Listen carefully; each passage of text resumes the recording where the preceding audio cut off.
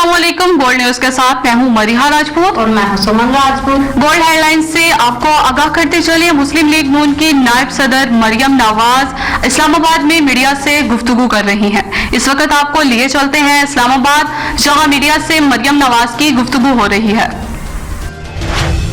जी बिस्मिल्लाहिर्रहमानिर्रहीम। बहुत शुक्रिया आप सबका। सबसे पहले तो नैब ने जो मेरे खिलाफ एप्लीकेशन दी है कि मेरी बेल जो है उसको कैंसिल किया जाए। एक सेकंड जी, काइंडली इनको खामोश करा देंगे प्लीज। तो मैं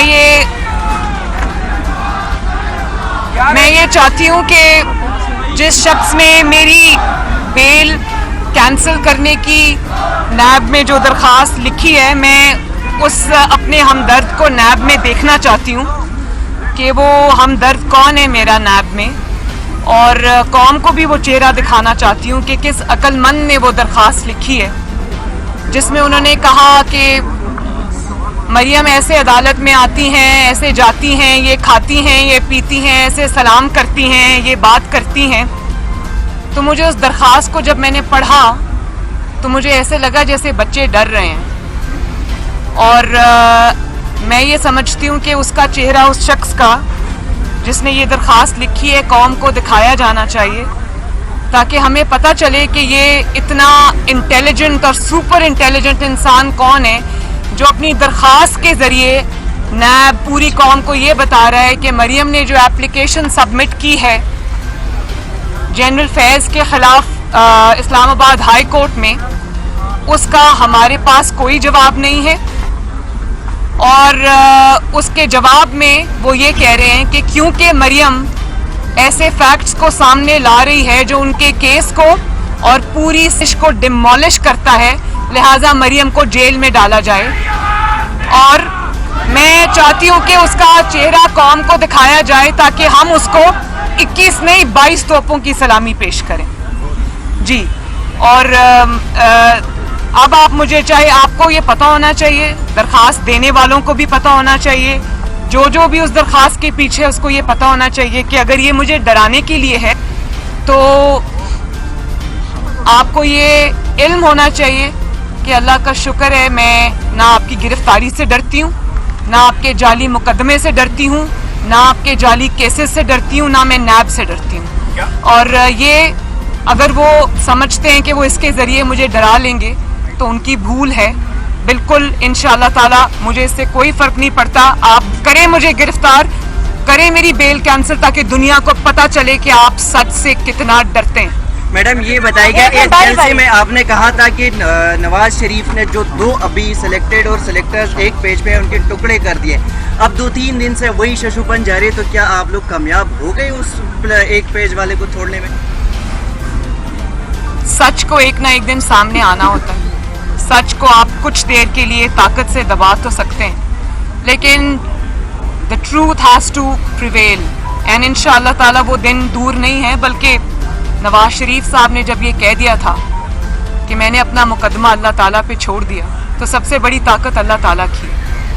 दूसरी ये बात कि बिल्कुल आइन, कानून और जो इख्तियारात देता है एक आइनी वज़ीर आज़म को, एक मुंतखब वज़ीर आज़म को जो हकूक़ हासिल हैं, जो आइनी हकूक़ हासिल हैं, तो वो उसमें तो कोई दो राय नहीं है। एक मुंतखब और आइनी वज़ीर आज़म को जो हकूक़ हासिल हैं, जो आइन उसको इख्तियारात देता है, उसमें कोई दो राय नहीं है। लेकिन जिस शख्स की यहाँ बात हो रही है, इमरान खान साहब, ना वो आइनी वज़ीर आज़म है, ना वो मुंतखब वज़ीर आज़म है, बल्कि वो एक ऐसे शख्स हैं जो नवाज शरीफ के मैंडेट पे डाका डालकर आज वज़ीर आज़म की कुर्सी पे काबिज़ है। उसको काबिज़ कहेंगे, उसको सिलेक्टेड कहेंगे, लेकिन आप उसको ना आइनी वज़ीर आज़म कह सकते हैं, ना मुंतखब वज़ीर आज़म कह सकते हैं, क्योंकि उनके पास ना मैंडेट है आवाम का, ना उनके पास आवाम का वोट है, ना उनकी कोई इखलाकी हैसियत है, ना उनकी कोई आइनी हैसियत है। हाँ, एक शख्स जो कि वज़ीर आज़म की कुर्सी पर काबिज है, वो बजाय इसके कि आइन और कानून के तहत मामलात को चलाता हो, वो जादू टोना झाड़ फूंक हिसाब किताब के ज़रिए मुल्क को चला रहा है। 22 करोड़ के मुल्क को वो चला रहा है। और जिस मुल्क में अहम तरीन तकर्रियाँ, उन तकर्रियों की मैं बात कर रही हूँ जिनका पाकिस्तान की सलामती से डायरेक्ट ताल्लुक है, जो शख्स उन मुल्क की अहम तरीन तकर्रियाँ जो है वो जादू टोने से करता हो, जिन्नात बजाय। मरियम नवाज इस्लामाबाद हाईकोर्ट के बाहर मीडिया से गुफ्तगू कर रही हैं। उनकी जानिब से कहा गया, बरियत के खिलाफ दरख्वास्त देने वालों में डरने वाली नहीं। जब दरख्वास्त पढ़ी तो ऐसे लगा जैसे बच्चे डर रहे हैं। कौम को दरख्वास्त गुजार का चेहरा दिखाना चाहिए।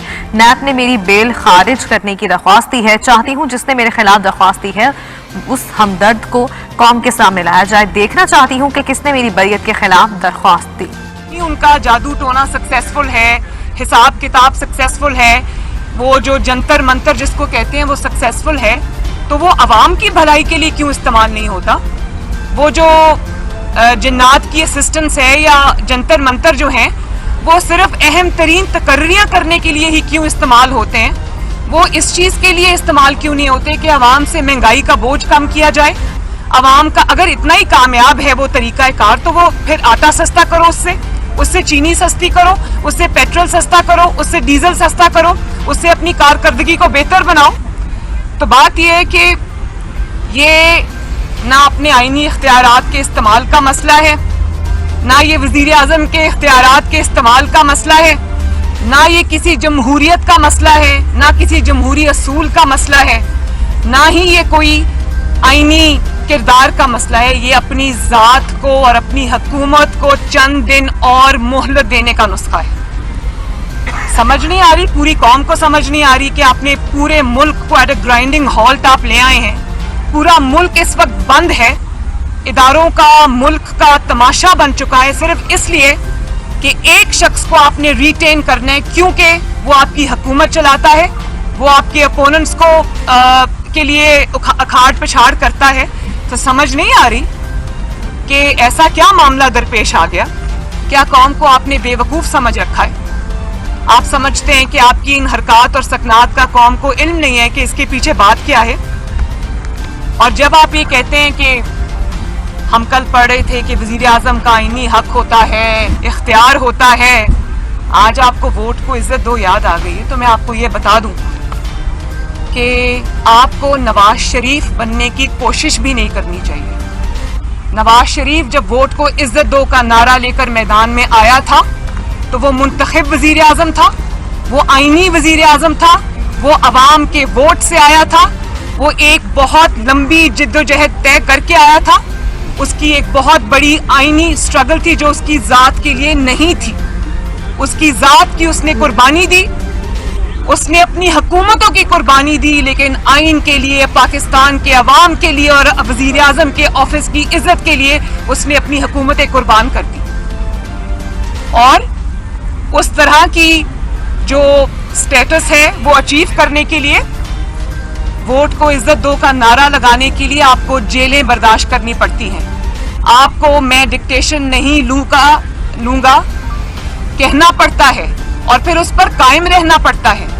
आपको अटक किले में जाना पड़ता है, आपको जिला वतनी बर्दाश्त करनी पड़ती है, आपको झूठे केसेस बर्दाश्त करने पड़ते हैं, आपको झूठी सजाएं बर्दाश्त करनी पड़ती हैं, आपको जेलों में जाना पड़ता है, आपको ह्यूमिलिएशन बर्दाश्त करनी पड़ती है, आपको अपनी बेटी को जेल में जाता हुआ, किसी बेगुनाह बेटी को जाता हुआ देखना पड़ता है।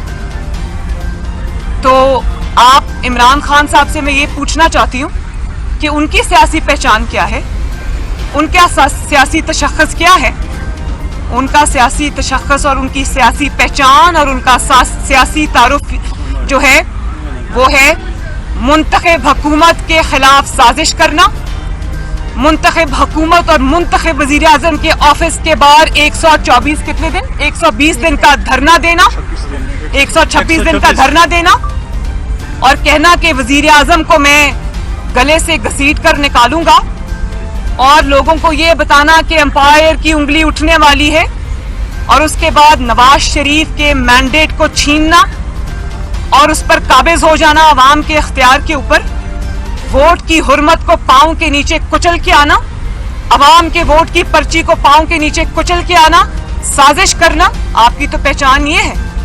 तो आपका असूल से, आपका जमहूरियत से, जमहूरी जिद्दोजहद से, एक आईनी वजीर आजम के इख्तियारात से, उसकी इज्जत से आपका कोई लेना देना नहीं है, आपका कोई वास्ता नहीं है। तो नवाज शरीफ बनने की तो कोशिश भी ना करना, और शेर की खाल पहनने से कोई शेर नहीं बन जाता। एक सेकेंड, और फिर आप कहना चाहते हैं? तो बात यह है कि आपकी जो पूरी सियासी जिद्दोजहद है पिछले 8-10 साल की, वो जमहूरियत के खिलाफ साजिश से इबारत है। और अगर आप ये समझते हैं कि आज आप बदतरीन, नालायकी, नाअहली, करप्शन स्कैंडल्स के बाद अगर आपको ये अपनी फेस सेविंग नजर आ रही है कि आप इसमें सियासी शहीद बन जाएंगे, तो ये ना होगा इंशाअल्लाह ताला, ना अवाम ये होने देगी, ना हम ये होने देंगे। आपको अवाम के ऊपर आपने पिछले 4 साल में जो मज़ालिम ढाए हैं, आपको उसका जवाब देना पड़ेगा। आपको अवाम के वोट को कुचलने का जवाब देना पड़ेगा। आपको अपनी साजिशों का जवाब देना पड़ेगा। आपको इतने बड़े बड़े नालायकी के, नाअहली के, करप्शन के स्कैंडल्स का जवाब देना पड़ेगा। आपको पाकिस्तान को तारीखी कर्जों के बोझ के नीचे दबाने का जवाब देना पड़ेगा। आपको उन तारीखी कर्जों के बावजूद पाकिस्तान में एक ईंट, एक प्रोजेक्ट ना लगाने का जवाब देना पड़ेगा। आपको पाकिस्तान में 22 करोड़ अवाम के ऊपर महंगाई, लाकानूनियत का अजाब लाने का जवाब आपको देना पड़ेगा। आपको जवाब देना पड़ेगा कि इस वक्त इस मुल्क में हुकूमत नाम की कोई चीज नहीं है। आपको पूरी दुनिया में पाकिस्तान को रुस्वा करने का, बदनाम करने का जवाब आपको देना पड़ेगा। इसके जिम्मेदार आप हैं। और नवाज शरीफ साहब जब अवाम की खातिर वोट को इज्जत दो का नारा लगाकर पाकिस्तान में निकले थे, अब अवाम के अंदर निकले थे, तो उनके नारे को पजीराई इसलिए मिली थी कि उनके पीछे एक स्ट्रगल थी और कारकर्दगी थी जिसमें 5.8 पे ग्रोथ थी। दुनिया में पाकिस्तान का नाम हो रहा था, सीपेक आ रहा था, मुल्क तरक्की कर रहा था। तो आपके पास तो ये सब नहीं है। और अगर आप इस बदतरीन कारकर्दगी को छुपाने के लिए इस वक्त कोई ऐसा नारा नवाज शरीफ की तकलीद में लगाना चाहते हैं, तो आई एम सॉरी, ये अब नहीं चलेगा इंशाल्लाह। एक मिनट एक सेकंड, ऐसे नहीं।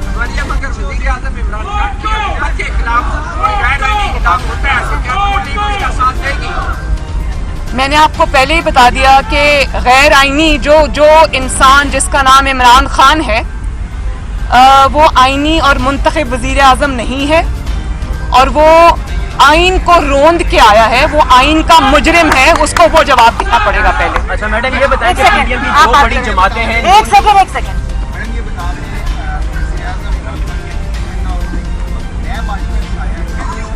मैं मतीउल्लाह जान साहब आपकी बात में थोड़ा ऐड भी करना चाहूंगी कि ना सिर्फ ये कि मुस्लिम लीग नून की जो जिद्दोजहद रही है वो इमरान खान जैसे शख्स के खिलाफ है, बल्कि अब मुस्लिम लीग नून अवाम